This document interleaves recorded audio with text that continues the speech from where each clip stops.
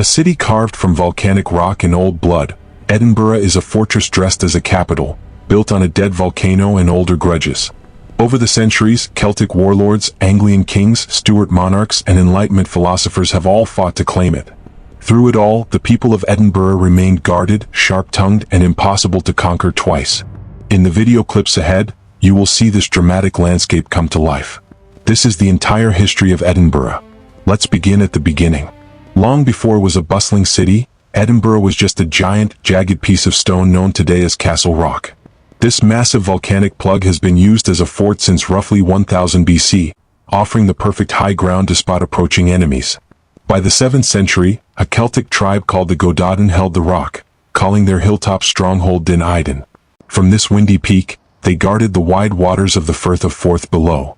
But a fortress this good always attracts enemies. In the year 638, an outside power arrived, the Northumbrian Angles. They launched a fierce siege against Din Iden, capturing the rock and starting 3 centuries of Germanic influence over the area. As the fort changed hands, its old Celtic name was slowly swallowed into something new. The stage was set for a rough, rocky kingdom to grow into a true nation. For the next few centuries, Edinburgh was caught in a brutal, multi-generational game of tug-of-war. The fortress on the rock became a prize passed back and forth between the Anglian invaders and the growing power of the Scots. It was a dark and violent era where ownership of the land was written in blood and settled by the sword. In the year 934, King Athelstan of England marched north and raided what old records called the Kingdom of Edinburgh, proving just how much the English valued this strategic northern gateway. The turning point finally came a few decades later, between the years 954 and 962. A Scottish king named Indulf launched a campaign to take the stronghold back for good. King Indulf successfully seized the fort, pushing the English forces out and securing the rock for Scotland. This victory was a major milestone, but it also proved a harsh truth about the city's early days. Edinburgh did not simply grow naturally into a Scottish town.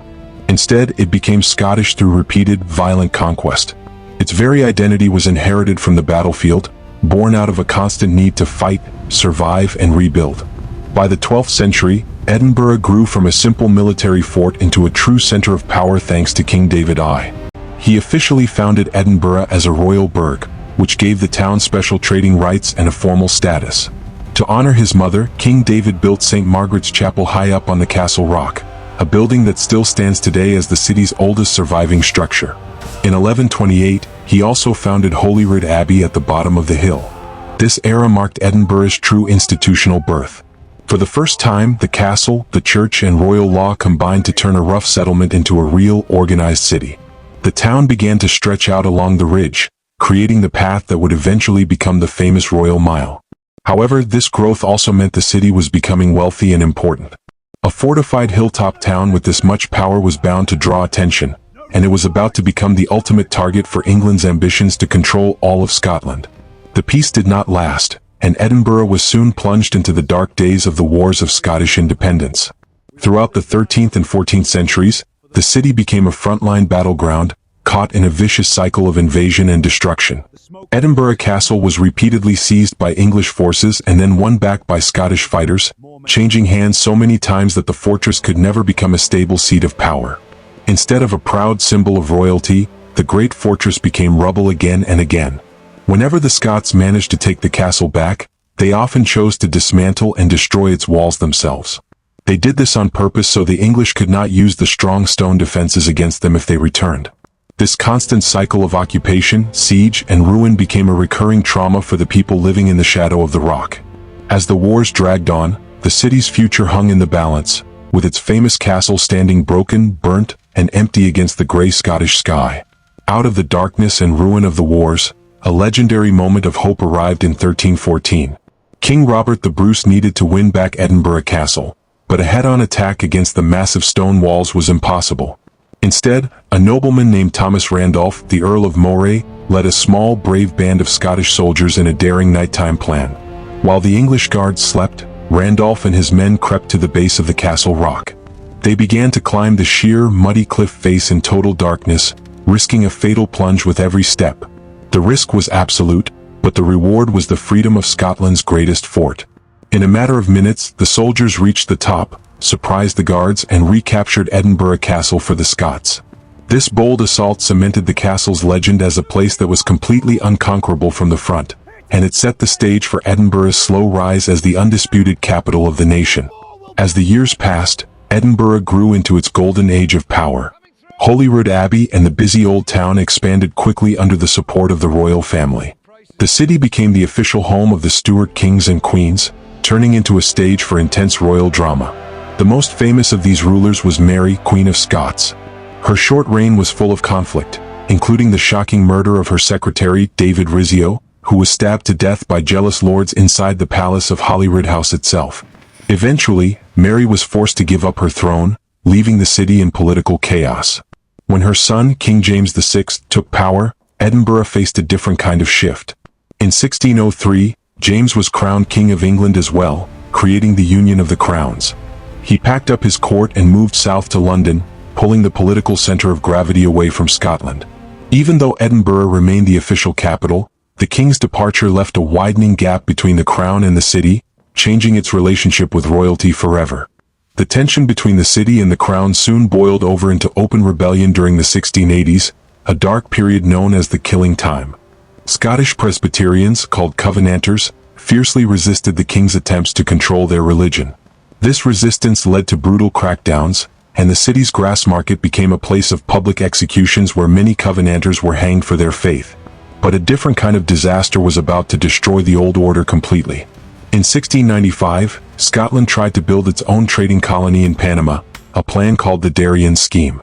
By 1700, the project failed completely due to disease and Spanish attacks. This disaster bankrupted Scotland, leaving the nation broke and desperate.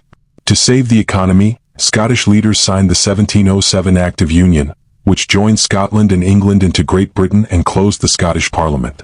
There was a sad irony in this collapse. A city built over centuries to be a proud capital lost its parliament without a single shot being fired. Edinburgh was left exhausted, with a hollowed-out political center and an uncertain future. Out of the ashes of its political power, Edinburgh experienced an incredible transformation that changed the world. During the 18th century, a golden age known as the Scottish Enlightenment turned the city into a global center of ideas, earning it the nickname Athens of the North. In cozy coffee houses and crowded taverns along the Royal Mile, brilliant thinkers like the philosopher David Hume and the economist Adam Smith gathered to debate. Their radical ideas about human nature, government, and free markets became the engines of modern philosophy and economics, proving that while Edinburgh had lost its parliament, it had gained a massive intellectual empire. As these new ideas flourished, the physical layout of Edinburgh began to change as well. The old medieval city was incredibly crowded and dirty, so a young architect named James Craig designed a brand new neighborhood just to the north. This new town development featured wide, straight streets, beautiful public parks, and elegant stone houses that mirrored the orderly thinking of the Enlightenment. At the same time, the city was growing into a powerful financial capital. The Bank of Scotland, which had been founded in 1695, grew rapidly, and later, companies like Standard Life in 1825 helped secure Edinburgh's reputation as a global leader in banking and insurance. However, Edinburgh's history is never a simple story of progress. It is always marked by tragedy and survival. On November 15, 1824, a terrifying disaster struck the heart of the city. The Great Fire of Edinburgh broke out in the medieval old town, roaring through the tall wooden-framed buildings for 5 agonizing days. The blaze killed at least 10 people, left hundreds of families completely homeless, and turned historic streets into smoking ruins. Yet, in true Edinburgh fashion, a great triumph grew directly from this awful tragedy. From the ashes of the fire, the city created Britain's very first municipal fire brigade, led by a brave and organized man named James Braidwood. His new, scientific methods of firefighting saved countless lives and became a model for cities all over the world. But even as this high culture and modern safety flourished on the surface, darker legends were beginning to grow in the shadowy, narrow winds below. The city's dark underbelly was exposed in 1828 with the shocking Burke and Hare murders, a series of crimes where victims were killed to sell their bodies to medical students. Interestingly, the famous fireman James Braidwood even gave testimony during the investigation, cementing Edinburgh's reputation for macabre secrets. As the decades rolled on, a deep divide grew. The historic old town slid into crowded, filthy industrial-era slums, while the wealthy new town thrived. Yet, this lack of heavy factories actually saved Edinburgh later on. sparing it from the devastating bombing raids of World War II. Today, Edinburgh has reclaimed its old glory. In 1999, the Scottish Parliament finally reopened, restoring the political heart that had been lost centuries before. Every August, the world-famous Fringe Festival transforms the streets into a global capital of culture, and the entire city is celebrated as a UNESCO World Heritage Site. Edinburgh beautifully balances its thousand-year-old stone against modern laws. In the end, this remains a city forged by rock and repeated conquest, a fortress that never stopped being fought over and never stopped standing. If you love this journey through time, please hit the like button and subscribe for more historic deep dives. What is your favorite part of Edinburgh's story? Let us know in the comments below, and we will see you in the next video. If this story changed how you see the world around you, then you're already starting to notice what most people miss. Because everything you see today had a beginning. And this is exactly what we uncover here on Before It Became History, the moments before everything changed. So if you want more stories like this, where we break down how the past quietly shaped your life today, make sure you like this video, share it with someone who needs to see it, and subscribe to Before It Became History. Because the next story might explain something you've always wondered, but never questioned.